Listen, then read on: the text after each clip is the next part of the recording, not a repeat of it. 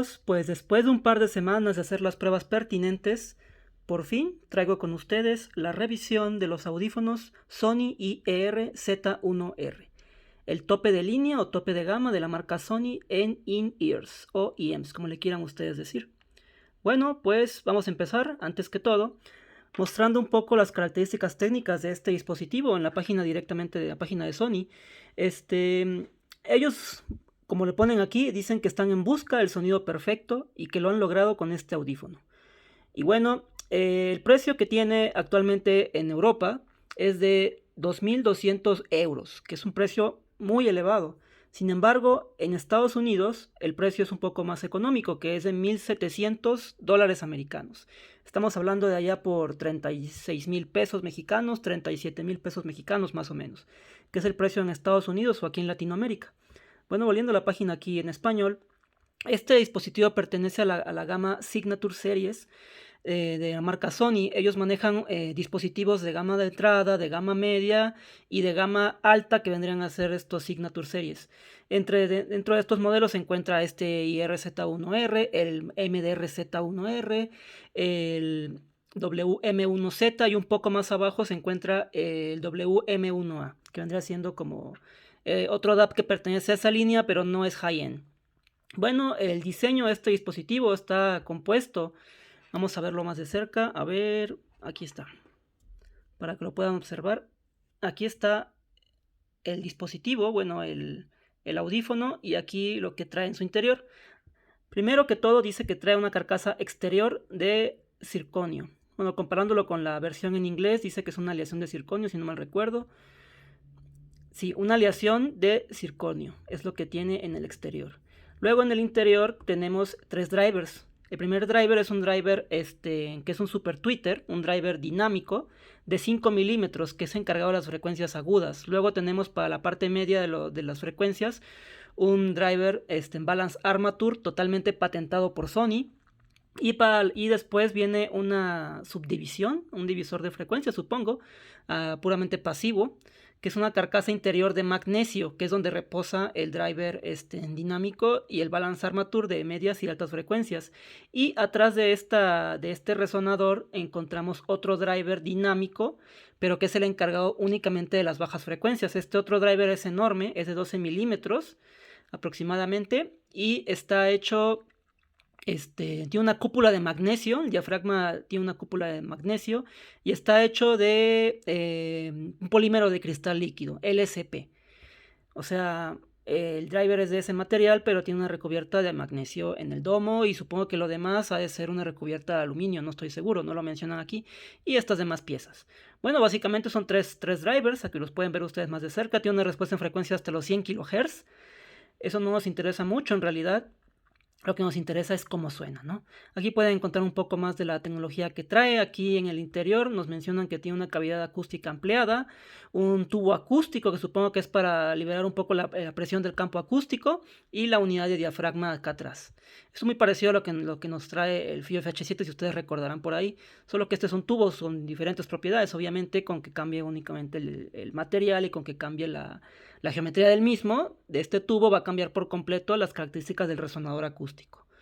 Bueno, dice, para garantizar un sonido balanceado desde los graves hasta los agudos, se ha incluido un tubo acústico conectado a la cavidad detrás de la unidad de diafragma. Esta tecnología logra un espacio de sonido amplio con notas repletas de matices. Bueno, esto, por lo que entiendo aquí, ayuda a que el soundstage sea un poquito más extenso hacia la parte de los lados. El cable que incluye es de cobre, va chapado en plata. Aquí lo pueden ver ustedes, incluye dos cables, como lo mostré aquí en el unboxing. Un cable 4.4 Pentacon milímetros y uno 3.5 milímetros en estándar, ¿no? Está completamente hecho en Japón. Aquí está el micro maquinado para construir lo que es el housing. Y bueno, un poquito más de las características. Vamos a irnos a las especificaciones completas. Básicamente lo que nos interesa aquí es leer la sensibilidad, que es 103 decibeles por miliwatt. Es relativamente fácil de mover respecto a sensibilidad, pero respecto a lo que corresponde a impedancia tiene 40 ohmios a 1 kHz. Obviamente la curva de impedancia no va a ser exactamente estática a 40 ohmios, posiblemente suba en las bajas frecuencias y en las altas frecuencias, y esto es a 1 kHz, es casi cerca de la transición entre medias y altas, y aquí tiene una medida de 40 ohms. Es probable que este audífono pues escale hasta los 60 o hasta 80 ohms, no estoy seguro, habría que ver la curva de impedancia. Bueno, entonces con esto lo que nos dice es de que es relativamente difícil de mover para hacer un IEM, sin embargo no tanto. Lo que me llama la atención de este audífono es todas las patentes que tiene en su interior. Por aquí vi una entrevista con Eiji Kuwahara, que es uno de los ingenieros acústicos encargados del diseño de este dispositivo. Y pues Eiji Kuwahara, como pueden ver ustedes aquí, tiene un montón de patentes, y la mayoría que desde el 2017 hasta la fecha, 2014 hasta la fecha, muchas de sus patentes están relacionadas en el campo de la acústica. Aquí pueden ver Headphone and Acoustic Characteristics Adjustments Method. Esto es un método para caracterizar en audífonos acústicamente, es una patente de él. Por aquí podemos ver otras patentes en la manufactura, otra de audífonos, otra de un dispositivo, bueno, esto no es de acústica. Por ejemplo, aquí otro método para caracterizar audífonos acústicamente, y bueno, entre otras patentes. Y por aquí viene la patente pues de todos los componentes de este audífono, porque este audífono tiene por ahí un par de patentes en sus piezas, ¿no?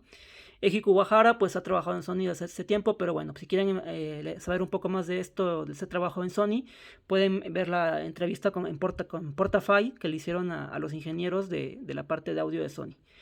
Bueno, en la curva de respuesta en frecuencia la pueden encontrar buscando aquí en Google Frequency Response IRZ1R. Aquí aparecen muchas, algunas de Crynacol, otras de Superbest Audio Friends, otras personas en Headfire y otras. Yo me quedé con esta, que voy a ir explicando a lo largo de esta revisión. Y bueno, pues ¿qué podemos decir de este audífono? Para empezar, pues yo he hecho varias pruebas estos días, exhaustivamente con los audífonos. He hecho el famoso burn-in, que todos mencionan que es necesario hacerlo con algunos dispositivos. Yo tengo experiencia de tener muchos audífonos de la marca Sony. Todos ellos necesitaron burn-in y mejoró drásticamente su sonido, y no hablo poquito, bastante su sonido. Por lo tanto, yo decidí hacer también el burn-in en este audífono, porque al ser de la marca Sony dije yo, bueno, hay que hacerlo. Es como ya es común en que los audífonos Sony necesitan el burn-in. Por ahí recordarán también, tengo la revisión del Sony MDR en Z7. Este audífono yo lo he tenido, si no mal recuerdo, 2 veces o 3 veces, ya no me acuerdo, pero la versión más vieja, que fue la usada, pues escuchaba completamente distinta a la versión nueva que tuve. Ya me acordé, fueron 3 veces que lo tuve. Entonces, pues en base a eso decidí hacerle burn-in al Z1R, y sí cambió ligeramente lo que es el soundstage, el tamaño del soundstage, el aire del audífono, y cambió un poquito el cuerpo en las frecuencias medias. Cambió para mal, no para bien. Y lo demás sí cambió para bien. Y bueno, pues tengo que hablar ahora de los resultados que tuve con este audífono. Lo he utilizado con diferentes fuentes, entre ellas pues mi DAB de referencia, que es el SP1000 de Astel & Kern, y pues con el otro chicuelo que compré últimamente, que es el FIO M15, que es el último DAB que compré. Y con este hice varias pruebas. Este me sirvió mucho, principalmente para compararlo cara a cara con el HD800 que tenemos por acá. Yo hice todas las pruebas posibles para no dejar ningún cabo suelto en lo que corresponde a las características sonoras de este audífono in-ear. Pues tiene un precio relativamente elevado, y entonces es de esperarse que pues quieras tú un desempeño óptimo en un audífono de ese nivel. Lo he comparado también cara a cara con el Audyssey LCD2 Phasor, y pues obviamente con su hermano el Z7. Y bueno, el audífono también lo he probado con diferentes cables. Uno de los mejores cables con el que yo encontré mejores resultados fue este que ahora tengo puesto en el en el Urban Phone. Es un cable single crystal. Ellos se promocionan como un cable que es de monocristal. Eso es totalmente falso, no es monocristal, pero sí es un cristal de muy alta pureza, un policristal de muy alta pureza. Con este cable, y una vez se los voy a decir, se mantuvo muy plano el perfil de respuesta en frecuencia en el Z1R. Con otros cables, por ejemplo el Tripowin, se modificó un poco el sonido. El bajo se hizo un poquito menos preciso, con menos golpe. Y el medio un poquito más áspero, con otro cable que probé, que es de la marca, si no mal recuerdo, Jinjo. En el bajo golpeaba un poquito más duro y lo demás se mantenía bien, y así que yo decidí utilizar únicamente el cable de stocks para hacer mis pruebas, porque es con el que me garantizan que voy a tener un desempeño como el que ellos dicen en su página de internet, ¿no? Entonces el cable pues es un cable únicamente de conexión MMSX, escuchen ustedes cómo empotra de fácil, y eso es todo, ya quedó bien puesto. Y únicamente trae dos tipos de ear tips. Este audífono trae unas que son híbridas, que en el interior son de silicona y por fuera es una especie de memory foam muy suave. Y estas otras que son puramente de silicón. Con ambas se escucha prácticamente igual, sino que lo que sí noto es que con estas tiene un poquito más de cuerpo, pero una cosa mínima con las de híbridas, y con estas un poquito menos de cuerpo. También estuve haciendo pruebas con diferentes ear tips. Tengo aquí las famosas Chelastec, con las cuales el sonido es desastroso, sin cuerpo y con un bajo muy anémico. También los utilicé con estas ear tips de Spin Fit y con estas otras Spin Fit, con ambas. Con las mejores que encontré el sonido fue con estas, muy parecido al sonido stock. También lo probé con estas del Cat Ear Mia. Lo probé con distintas Memory Foam y con estas Turbina, que fue un obsequio de Royce. Y también con las otras Sony, muy viejas, muy famosas, que siempre menciono aquí en el canal. También el sonido se mantuvo muy bien. Pero bueno, básicamente con las que mejor encontré mejor sonido fueron con las de stock, con las que trae fábrica y con las Memory Foam. Ahorita les contaré las diferencias sonoras. Bueno, empezamos con la revisión. El audífono IRZ1R sobresale principalmente por su amplia escena sonora. La escena sonora es comparable con la de un over-ear. Sin problemas, compara cara a cara la escena sonora de este audífono con la del MDR-Z7. La única pequeñísima diferencia que encontré es un poquito en lo que es la altura. Puede variar una cosa de nada la altura de la escena sonora al comparar en el MDR-Z7 contra este. Estoy hablando tanto del bajo, medio y agudo. Si ustedes comparan la escena sonora ahora con un monstruo ya como el HD800, entonces ahí ya se ve más limitado la escena sonora, principalmente hacia los lados. Hagan de cuenta que si el Z1R tiene una escena sonora así, el HD800 es un poquito más como por acá. Tampoco es una diferencia enorme, pero la diferencia principal es en el aire y el layering. El layering en el HD800 está muy bien delimitado, quirúrgicamente delimitado, y aquí no, porque el audífono es un poquito voluminoso, corpulento, y entonces se alcanzan como que a estar más cerca cada capa con capa. En lo que corresponde a altura, principalmente, también hay una diferencia con el HD800. Haz de cuenta, si aquí los instrumentos suenan como una altura así, en el HD800 suenan un poquito más por acá. Lo mismo ocurre cuando lo comparo con el Audis y el SD2. Un poquito menos en lo que es lo ancho. En el Z1R, hagan de cuenta que el LCD2 suena como por acá y el Z1R como un poquito más compreso, pero una cosa de nada. En altura sí se ve un poquito más la diferencia, suena un poquito más compreso el Z1R comparado al Audis LC2, que es un poquito más alto. Y la profundidad es prácticamente igual en ambos. Como comenté en mi revisión del SP1000, resulta que el sonido del SP1000 es un poquito más ancho y un poquito más aplastado en altura comparado con el M15. Entonces aquí yo fui muy cuidadoso al hacer la comparación del Soundstage con todos estos audífonos y estos dos DABs para no tener errores. Para comparar lo que es el Soundstage, preferí hacer la comparación utilizando el M15, dado que el Soundstage de este es más o menos un cubo y no un rectángulo en 3 dimensiones, como lo es en el SP1000. Entonces, en lo que respecta a Soundstage, si es masivo, es del tamaño de un over-ear sin problemas, fácil como un Z7, supera sin problemas, yo creo, al HD600 en Soundstage. Y en layering, pues no es tan preciso como el del HD800, y debido a esa pequeña disminución en lo ancho y en lo alto, puede sentirse que es un poquito más atascado el layering comparado con el LCD2, pero no confundan, no quiere decir que es atascado, es un layering muy bueno y con bastante aire. Hablando de las frecuencias bajas, encontramos un buen balance en lo que corresponde el subbajo, la parte media del bajo y la parte más alta del bajo. No tenemos ese famoso boost exagerado en el mid bass, sin embargo sí hay un ligero boost en el mid bass. Estos dos DAPs que yo tengo aquí de referencia tienen un perfil bastante plano en lo que es el bajo. Entonces yo me doy cuenta claramente como hay un ligero boost, no sé, tal vez de 1 a 1.5 o 2 decibeles en el mid bass, que ensucia ligeramente la parte más alta del bajo. No se intromete para nada en lo que es el rango medio. ¿Ok? Ese es el bajo de este audífono, pero lo que más me ha impresionado del bajo de este audífono es la cantidad de textura, la cantidad de microdetalle que podemos encontrar en el rango bajo. Si yo pongo, por ejemplo, estas ear tips, que son las de stock, que son como las híbridas, el bajo adquiere un timbre como muy líquido, muy meloso. Me recuerda mucho al bajo del Audyssey LCD2, pero inclusive aquí es todavía más meloso, más líquido comparado con ese. Y a pesar de que tenemos un poquito de corpulencia en lo que es todo el rango de las frecuencias bajas, se sigue detectando sin ningún problema toda la textura de los instrumentos en el rango bajo, tanto en el subbajo como en la parte media como en la parte alta.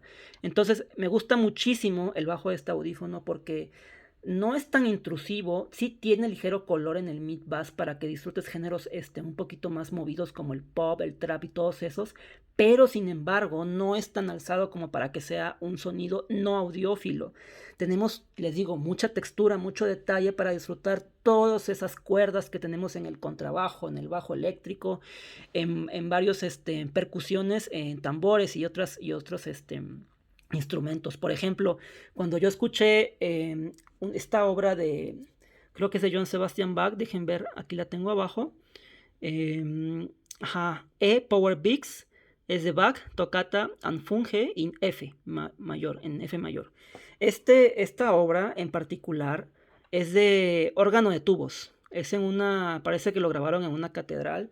Se escucha toda la reverberación de lo que es el órgano en el fondo, como que te envuelve y vibra todo y extiende hasta el subbajo, pero para nada suena como si fuera un subbajo reggaetonero o de trap, no, sino que tiene toda la textura de ese órgano tubular, con esa reverberación que hace con la cámara acústica de la catedral, y se escucha tremendamente bien este audífono. Entonces, yo estoy encantado con la respuesta en el bajo de este audífono. Vamos a las frecuencias medias, que es donde tenemos un pequeño tropiezo con este audífono. Cuando yo recién lo saqué de su caja y lo probé por varias horas, yo noté que las frecuencias medias tenían bastante cuerpo, que incluso se intrometía ligerísimamente el bajo y contaminaba las frecuencias medias. Sin embargo, después de ese burning que fueron más de 60 horas, sin lugar a dudas, fueron más de 60 horas, casi 70. Yo noté que el medio ya no tenía nada de contaminación de parte del bajo. Sin embargo, se les pasó un poquito la mano y sí llega a sonar un poquito delgado comparado con el bajo. Sin embargo, la parte más alta de lo que corresponde a las medias frecuencias tiene bastante naturalidad. El decaimiento, cómo manejaron los armónicos, los armónicos no fundamentales en este audífono es excelente, porque hagan de cuenta que cuando tú hablas o cuando tú tocas un instrumento en el rango de las frecuencias medias, se excita y después empieza a decaer, empiezan a escucharse los otros armónicos que son producto de la desexcitación, ya sea producto de resonancias con otras, si son voces, con tu misma cavidad vocal, si son instrumentos, con la misma cámara acústica. Entonces el decaimiento no es veloz, es un decaimiento suave, se van generando otros armónicos no fundamentales que van apareciendo durante la desexcitación. Este audífono puedes detectar todos esos armónicos que no son fundamentales, porque se siente una caída suave, muy natural, muy orgánica en lo que es la parte más alta del medio. Incluso en la parte media del medio se alcanzan a distinguir toda esa naturalidad del decaimiento. Sin embargo, si yo le hubiera agregado un poquitito más de cuerpo en el rango medio, y eso es principalmente culpa de que tenemos un balance armature en el rango medio. Tal vez hubiera sido necesario utilizar una configuración híbrida, tal vez otro driver dinámico acompañando al balance armature que tiene el Sony, para que se pudiera agregar un poquito más de esos armónicos consonantes, para agregarle más cuerpo y un poco más aún de naturalidad de la que ya tiene en el rango medio. Sin embargo, no es un rango medio malo, no confundan. Tiene bastante detalle, bastante textura y lo más importante, mucha naturalidad y un decaimiento natural, orgánico y suave. Entonces, el bajo, digamos, es superior en desempeño de naturalidad respecto al medio, pero el medio no se queda atrás para nada. Hablemos un poco de la respuesta en frecuencia del medio. Sí, hay una caída, definitivamente, y eso está reportado en la curva de respuesta en frecuencia, la que les mostré hace un momento. Vamos a ponerla nuevamente, vamos a prender aquí la computadora, y pueden ver ustedes aquí cómo la respuesta en frecuencia sí hay un bajón aquí, para ser exactos, aquí aproximadamente en 250 Hz tenemos un bajón, que, a ver, no veo aquí la escala de los decibeles, pero supongo que han de ser como 1,5 decibel o 2 decibeles en lo que son las frecuencias medias. Y luego tenemos un subidón aquí en 1 kHz, y tal vez este pedazo de 1 kHz a 2 kHz es responsable de que tengamos mucha textura y bastante naturalidad en el sonido, en la parte alta de las frecuencias medias. Sin embargo, no es tanto, ya en materia, ya escuchando el audífono, no se escucha tan atrasado esta parte. Sí se alcanza a distinguir y se distingue que es un perfil en V, pero no es tan exagerado. Entonces, yéndonos hasta las frecuencias altas, podemos ver aquí algunos picos, y esto es de lo que voy a hablar ahora. Sí tenemos bastante extensión en las frecuencias agudas. Nosotros este audífono tú puedes escuchar hasta el infinito de las frecuencias agudas. Obviamente no es literal, pero puedes tener toda esa información de los instrumentos arriba de los 5 kHz sin ningún problema. Por ahí ustedes recordarán mi review del Orban Font, que tiene un ligero roll-off drástico arriba de los 6 kHz, que te hace perder toda la información en altas frecuencias, y eso es pésimo cuando quieres escuchar percusiones, quieres disfrutar de algunas cuerdas o de algunos instrumentos que tienen agudos, los famosos cymbals.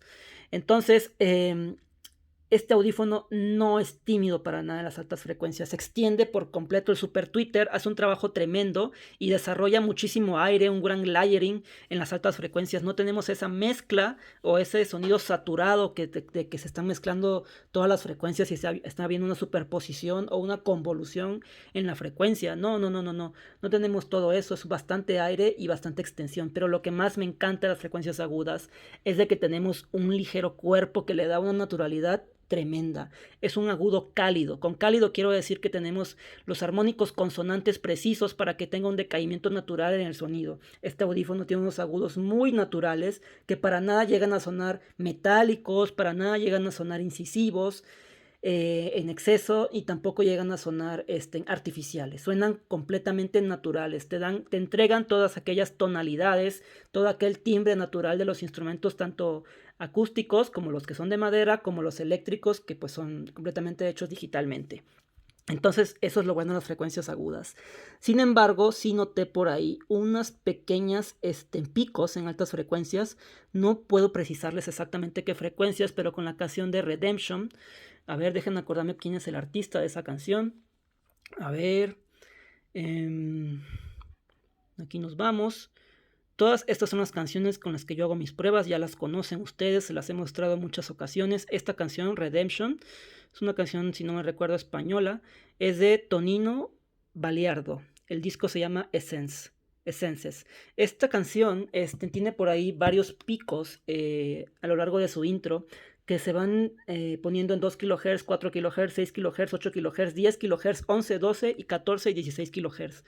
Todos esos picos que tiene esa canción, si no tienes el DAP adecuado, pueden llegar a sonar un poco incisivos, pero no son incisivos porque sean sucios, no son incisivos porque sean muy delgados, no son incisivos porque sean descontrolados, no, son incisivos únicamente porque tenemos esa ganancia en la respuesta en frecuencia.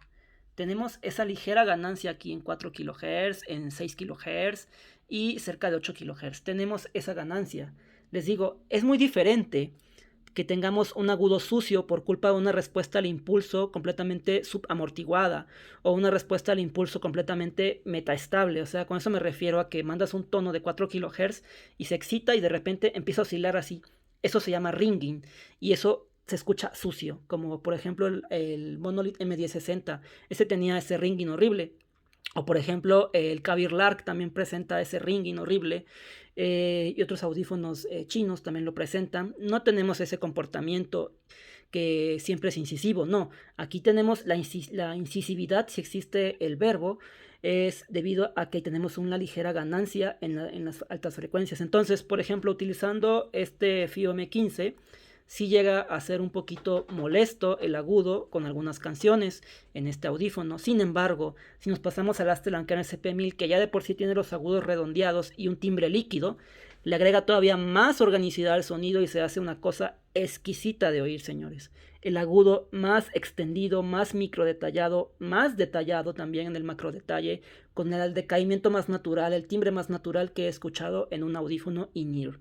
No hay comparación alguna, ni el Legenex que yo llegué a escuchar se compara, ni el IMR RH se compara, no se compara ninguna cosa que yo haya oído antes. Se escucha muy parecido el agudo al del Audyssey LCD2 Phasor. La diferencia es de que el Audyssey LCD2 Phasor sí se llega a escuchar un poquitito,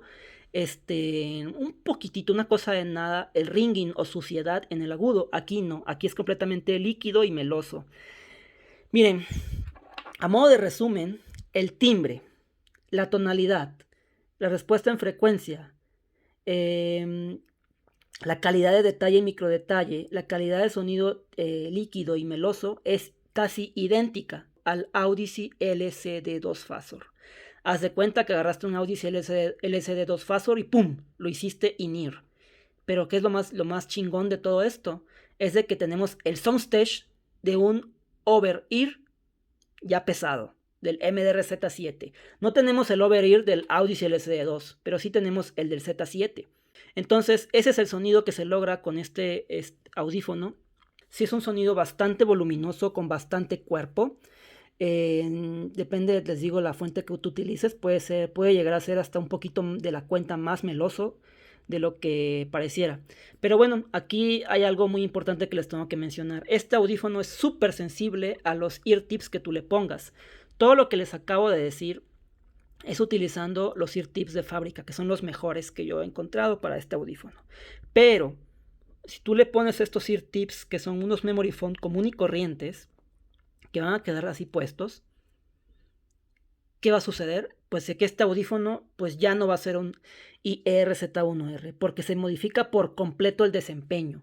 Este audífono pierde ese mid bass, ese punch del mid bass que les había yo comentado, se pierde, desaparece, se hace más plano.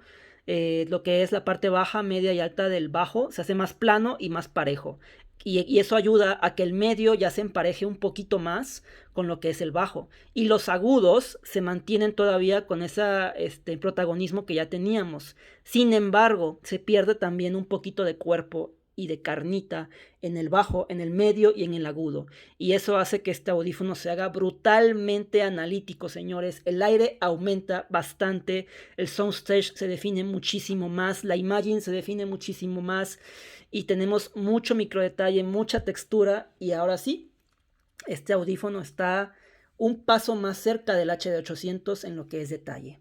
Entonces, esos son los escenarios que yo les puedo plantear. Incluso si nosotros ponemos estas ear tips de fábrica, yo me atrevo a decir que sí tenemos un poquito más de cuerpo comparado con el Audyssey LCD2 Phasor. Sí tenemos más cuerpo definitivamente en todo el rango de frecuencias, pero sí es muy parecido el sonido. Pero yo le pongo estas y ahora sí tiene muchísimo menos cuerpo, bueno, muchísimo menos cuerpo que el Audyssey LCD2 y nos acercamos más al sonido del HD800. Ok, vamos con otro apartado, la comodidad. Muchos han quejado que este audífono es súper incómodo. Les voy a decir por qué. Lo que pasa es de que estos ángulos afilados que tiene aquí y que tiene acá rozan con toda la cavidad externa del oído. Entonces sí te llega a doler la oreja después de un rato. Después de 15 minutos ya te empieza a doler. Sin embargo, si tú pones unas ear tips que te permitan que el audífono quede un poquito más salido, esta parte ya no rozará para nada y el audífono será cómodo. No te molestará, no tendrás ningún problema. Ahora sí que va a depender del tamaño de tu canal auditivo, qué tan cómodo o no va a ser el audífono. Es pesado, sí, tantito pesado. Se va a sentir que los tienes puestos, no te vas a poder olvidar de ellos. Y otro problema que encuentro es que esta boquilla es muy delgada. Entonces, como es muy delgada, vas a necesitar ear tips que sean con orificio delgado para que no haya un cambio drástico de impedancia acústica y el sonido cambie drásticamente. Por ejemplo, con estas que el sonido cambia drásticamente, ¿por qué? Porque como tienen el diámetro demasiado grande en comparación a la boquilla, entonces hay un cambio de impedancia del contraste acústico y entonces cambia el sonido drásticamente. El resonador cambia por completo sus propiedades acústicas. Entonces, el problema de utilizar aquellas ear tips que son muy delgadas es que los que tenemos orejas un poquito quisquillosas, se nos va a salir el audífono. Entonces, eso puede ser un problema para algunos. Ahora, otro apartado más, la amplificación. Este audífono yo lo puedo mover sin problemas, obviamente, con el Fiome 15, porque este DAB es muy potente. Pero, sin embargo, para obtener la mejor calidad de sonido, yo tengo que ponerlo en impedancia alta y desactivar el modo over-ear. Y tengo que subirlo aproximadamente a un volumen de 53, más o menos, para que suene con un desempeño óptimo y muy bien. Sin embargo, si yo lo quiero poner en el SP1000, que es el Aster & Kerr, que tiene un poquito menos de potencia que este otro DAB, no tenemos una caída en el rendimiento. Suena más suave, menos autoritario, eso sí, pero eso es debido al manejo de armónicos que tiene este DAB, no a la falta de potencia. La corriente la controla muy bien este DAB. Entonces yo aquí utilizo un adaptador a 2.5 milímetros del 4.4 y aquí para que suene al mismo volumen y mismo rendimiento que tiene el M15 tengo que subirlo aproximadamente al 85. Sin embargo, recuerden que su máximo volumen es 150. Y en el M15 el máximo volumen, si no mal recuerdo, es 120. Entonces ya se podrán dar a ustedes una idea de más o menos el desempeño que te exige con cada uno de los dispositivos. Sí, 120 es lo máximo de volumen. Y bueno, con esto he cubierto casi todos los apartados. El in-ear pues es muy bonito. Quiero que vean ustedes el tamaño que tiene al compararlo con otro in-ear de otra marca. Por ejemplo, el Orbanphone. Miren ustedes. Pues sí, es bastante grande, ¿no? Ahora comparémoslo con el KZ-ZAX, que es otro de mis chicos favoritos porque tiene un sonido brutal para su precio. Bueno, pues con este ya están más a la par en tamaño, ¿no? Miren ustedes.